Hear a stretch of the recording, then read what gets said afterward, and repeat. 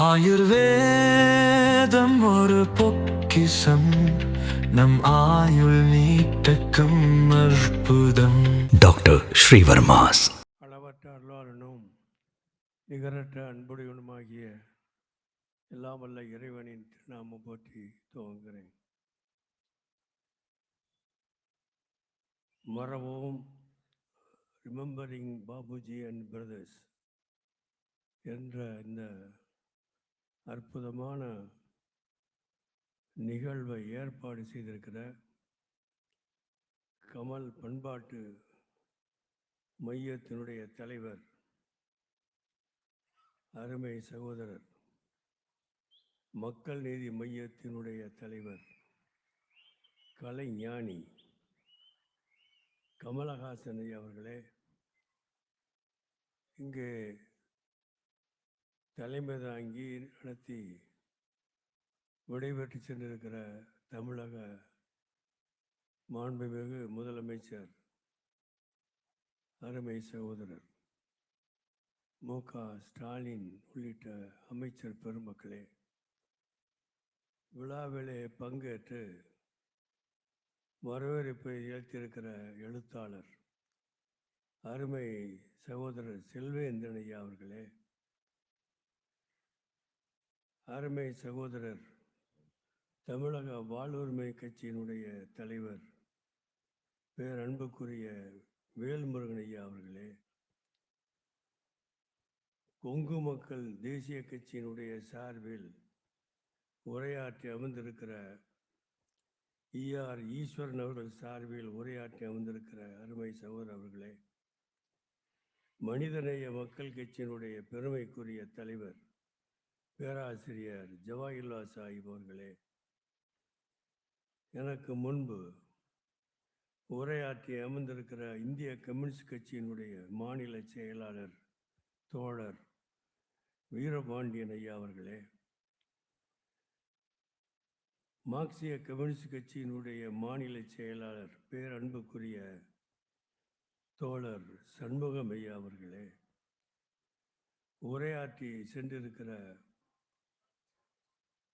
மறுமலர்ச்சி திராவிட முன்னேற்ற கழகத்தினுடைய பொதுச் செயலாளர் புரட்சி புயல் ஐயா வைகோ அவர்களே, தமிழ்நாடு காங்கிரஸ் கமிட்டியினுடைய தலைவர் செல்வ பெருந்தகை அவர்களே, நிறைவாக உரையாற்ற வீட்டிருக்கக்கூடிய அருமை சகோதரர் விடுதலை கட்சியினுடைய தலைவர் திருமாவளவன் ஐயா அவர்களே, இங்கே நன்றியுரை கூறியிருக்கிற மௌரியா ஐபிஎஸ் ரிட்டையர்ட் அவர்களே, மற்றும் இந்த விழாவை ஏற்பாடு செய்திருக்கிற அருமை சகோதரர்களே, திரளாக கூடியிருக்கிற பெரியோர்களே, அருமை சகோதர சகோதரிகளே, உங்கள் எல்லோருக்கும் எனது நன்றிகளையும் வாழ்த்துக்களையும் நான் தெரிவித்துக் கொள்கிறேன்.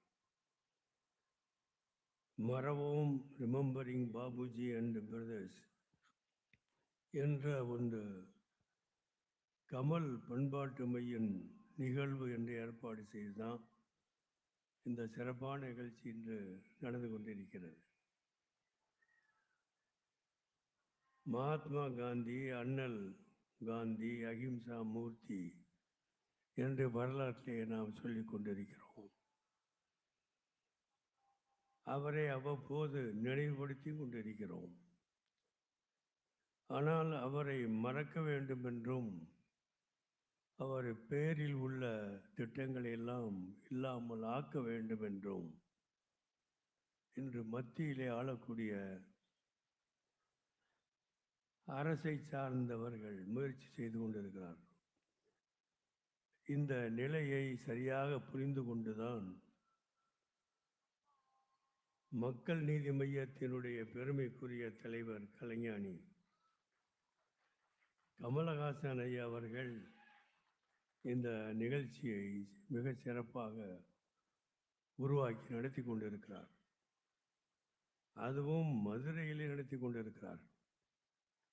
பேராசிரியர் ஜவஹர்லா அவர்கள் இங்கு எடுத்துக்காட்டியது மாதிரி மதுரை மண்ணுக்கும் மகாத்மா காந்தியுடைய வரலாற்றுக்கும் நெடிய வரலாறு உண்டு. அவர் பேசிய ஜுபைரி போன்ற தலைவர்கள், கப்பல் முதலாளிகள், சவுத் ஆப்பிரிக்காவிலே மிகப்பெரிய நிறுவனத்தை நடத்தியவர்கள், அவர்கள்தான் காந்தியை சவுத் ஆப்பிரிக்காவுக்கு கொண்டு போனார்கள் என்று வரலாறு தெரியும். அதோடு இங்கே நான் 5 முறை வந்த காந்தி அவர்களோடு இருந்து அவருடைய உரைகளை எல்லாம் தமிழிலே மொழிபெயர்த்த பெருமை இந்த ஊரை சார்ந்த மதுரை மௌலானா என்ற அந்த அறிஞரை சார். மதுரை மௌலானா அவர்களை பற்றியும் ஜுவேரி அவர்களை பற்றியும் திவான் அவர்கள், ஆய்வறிஞர் திவான் அவர்கள் அற்புதமான நூல்களை எல்லாம் எழுதியிருக்கிறார். அவையெல்லாம் நினைவுபடுத்தக்கூடிய வகையில் இந்த விழா இப்பொழுது நடந்து கொண்டிருக்கிறது. மகாத்மா காந்தியை பற்றி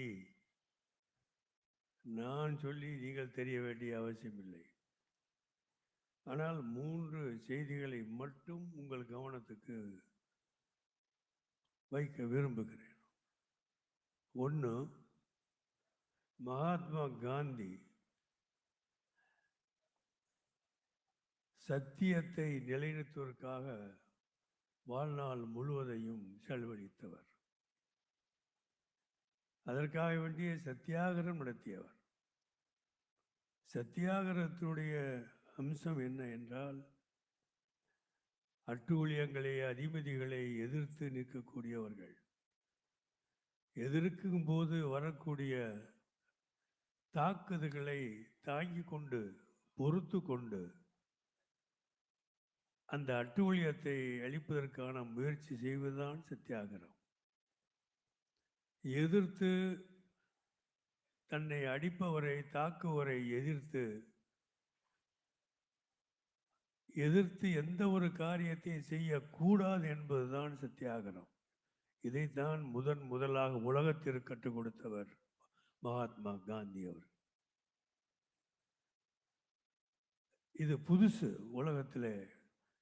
தன்னை தாக்க வந்தால் திரும்பி தாக்குவது என்பது இயற்கை. ஆனால் அவர் மக்களுக்கு சொன்னது,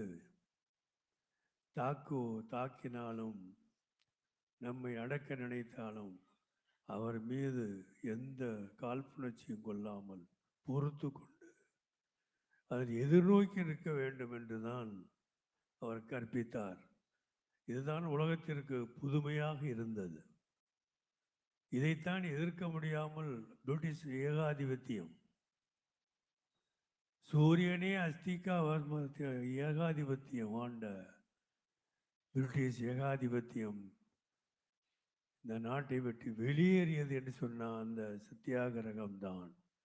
இது புதுமையான ஆயுதம். இந்த ஆயுதத்தை உலகத்திற்கு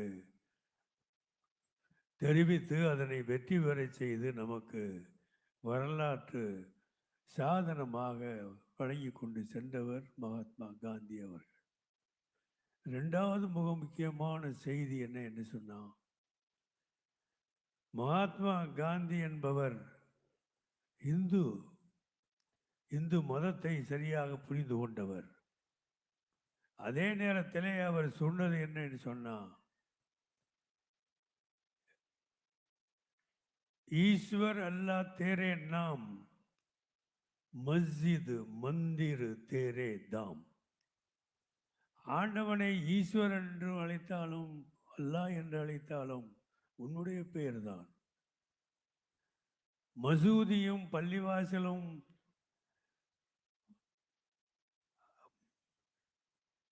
கோயிலும் உன்னுடைய வணக்கத்திற்குரிய இடம்தான். இதைத்தான் மக்கள் மத்தியில் எடுத்து சொன்னார்.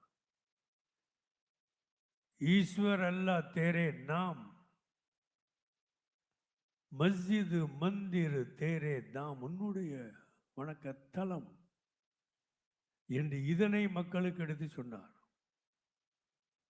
அப்படி சொல்வதன் மூலமாக ஒன்றை அவர் நமக்கு கற்பித்தார். என்ன என்றால், 1985 அக்டோபர் 2ஆம் தேதி ஆரம்பித்த ஒரு புள்ளி விவரம். 1991 மார்ச் 31 நிறைவு பெற்றது.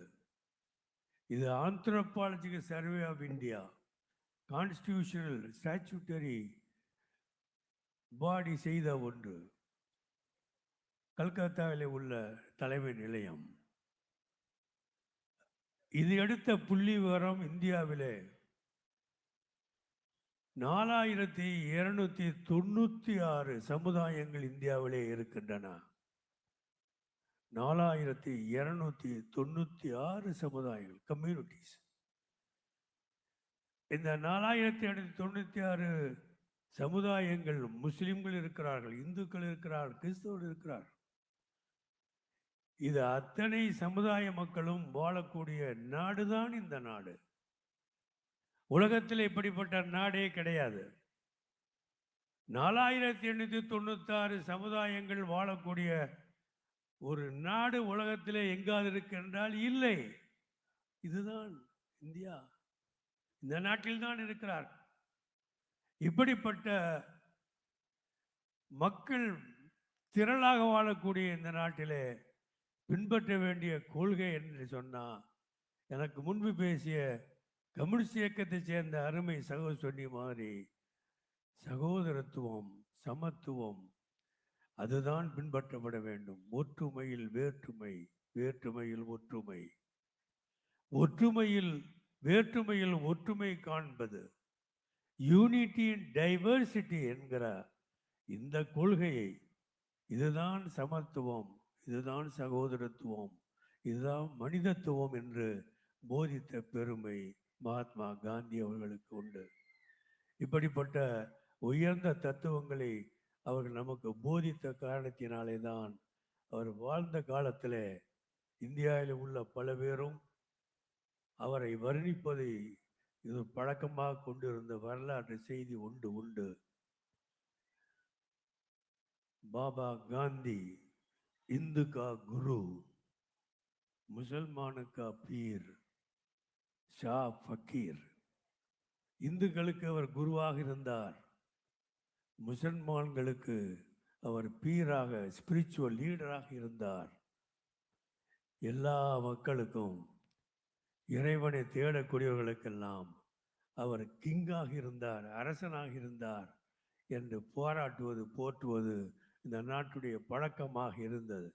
அப்படிப்பட்ட ஒரு அற்புத மனிதருக்கு விழா எடுத்த, மறவோம் என்று விழா எடுத்த அருமை சகோதரர் அவர்களுக்கு, மக்கள் நீதி மையத்துடைய தலைவர் அவர்களுக்கு, கலைஞானி அவர்களுக்கு எனது பாராட்டும் வாழ்த்தும் உண்டு.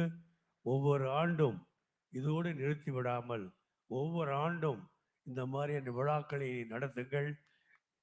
காந்தியை பற்றிய வெளியீடுகளை தொடர்ந்து வெளியிட்டு வாருங்கள். அதோடு காந்தியை பற்றிய நல்ல உரைகளை மக்களுக்கு எடுத்து சொல்லக்கூடிய ஒரு கருத்தரங்கத்தையும் ஒவ்வொரு ஆண்டும் நடத்த வேண்டும். அது மனிதநேயம் கமல் பண்பாட்டு மையத்தின் சார்பாக தொடர வேண்டும் என்று சொல்லி இந்த நல்ல முயற்சி செய்த உங்களுக்கு நல்வாழ்த்துக்களை சொல்லி ஒன்று சொல்வேன். கமல் என்ற வார்த்தை அரபி வார்த்தை. கமல் என்றால் அரபி வார்த்தை. அது கமாலியத்து என்றால் பூரணத்துவம் என்று அதுக்கு அர்த்தம். இதில் பூரணத்துவம் பெற வேண்டும் என்ற ஒரு பொறுப்பு மக்கள் நீதி மைய தலைவர் கலை ஞானிக்கு உண்டு. அவர் பூரணத்தமாக ஆக வேண்டும் என்று சொன்னால் காந்தியை பின்பற்றி இன்னர் வாய்ஸை, கான்சியஸை, மனசாட்சியை முன்வைத்து எதையும் செய்தவர் காந்தி. அப்படிப்பட்ட இந்த இன்னர் வாய்ஸையும், அந்த மனசாட்சியையும், அந்த கான்சியையும் முன்னிலைப்படுத்தி தனது வாழ்வை போற்றி வளர்க்க வேண்டும். கமல் கமாலியத்தாக பூரணத்துவம் அடைய வேண்டும் கூறி நிறைவு செய்கிறேன். நன்றி, வணக்கம், சலாம்.